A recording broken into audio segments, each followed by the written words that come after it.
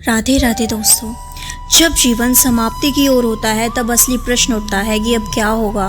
क्या आत्मा का अंत होने वाला है या कोई नई शुरुआत होने वाली है। भगवद गीता का 8वां अध्याय अक्षर ब्रह्म योग हमें उस रहस्य से परिचित कराता है जो मृत्यु के पार छिपा है। यह अध्याय बताता है कि जीवन के अंतिम क्षणों में क्या याद रखना सबसे ज़रूरी है। अर्जुन ने पूछा, हे कृष्ण, ब्रह्म क्या है, आत्मा क्या है, मृत्यु के समय कौन सा स्मरण मोक्ष की ओर ले जाता है। और भगवान ने दिए उत्तर जो आज भी हर इंसान की दिशा तय करते हैं। आइए जानते हैं अध्याय 8 के बारे में।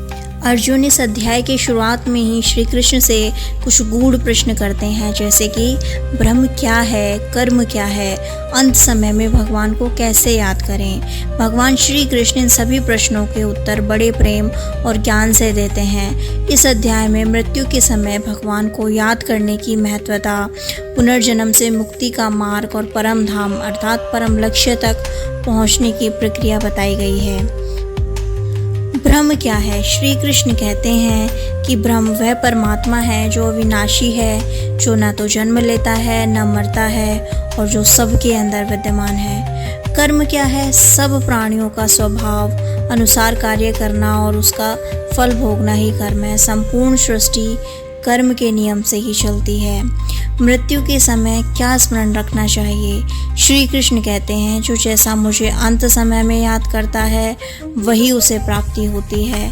इसीलिए मृत्यु के समय सिर्फ और सिर्फ भगवान का स्मरण करना बहुत महत्वपूर्ण है। भक्ति का मार्ग। भगवान कहते हैं, जो मुझे निरंतर स्मरण करता है, जो मन और बुद्धि को मुझ में लगाता है, उसे मैं स्वयं अपने पास ले आता हूँ। श्री कृष्ण 2 रास्तों की बात करते हैं। देवयान मार्ग, जो योगी भगवान का स्मरण करते हुए मृत्यु को प्राप्त होते हैं, वे ब्रह्मलोक की प्राप्ति करते हैं। और पितृयान मार्ग, जो बिना भगवान का ध्यान किए मरते हैं, वे फिर से जन्म लेते हैं। भगवान कहते हैं, जो व्यक्ति मृत्यु के समय ओम का उच्चारण करते हुए भगवान का ध्यान करता है वह मुझे प्राप्त करता है। भौतिक सुखों की क्या सीमाएं हैं? स्वर्ग या अन्य लोगों की प्राप्ति भी अंततः समाप्त हो जाती है। केवल भगवान की प्राप्ति ही शाश्वत है। जो भक्त भगवान को पाते हैं उन्हें फिर से जन्म लेने की कोई ज़रूरत नहीं होती।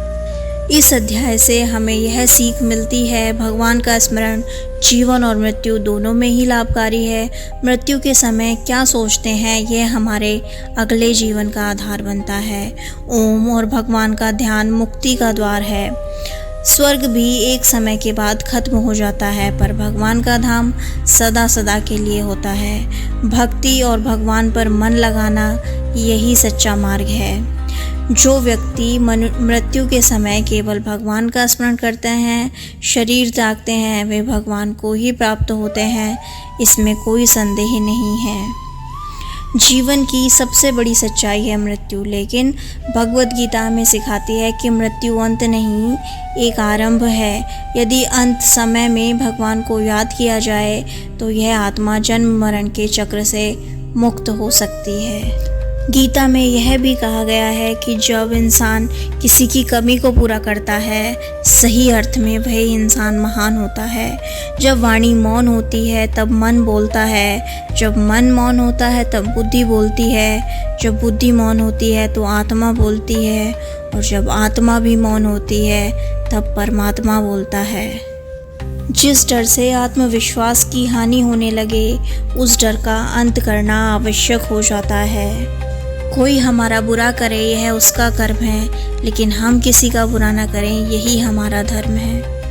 जब जब सत्य की असत्य से लड़ाई होगी, सत्य अकेला ही खड़ा होगा, क्योंकि असत्य के साथ मूर्खों की भीड़ होगी। फिर भी असत्य के सामने सत्य की सदैव विजय होगी।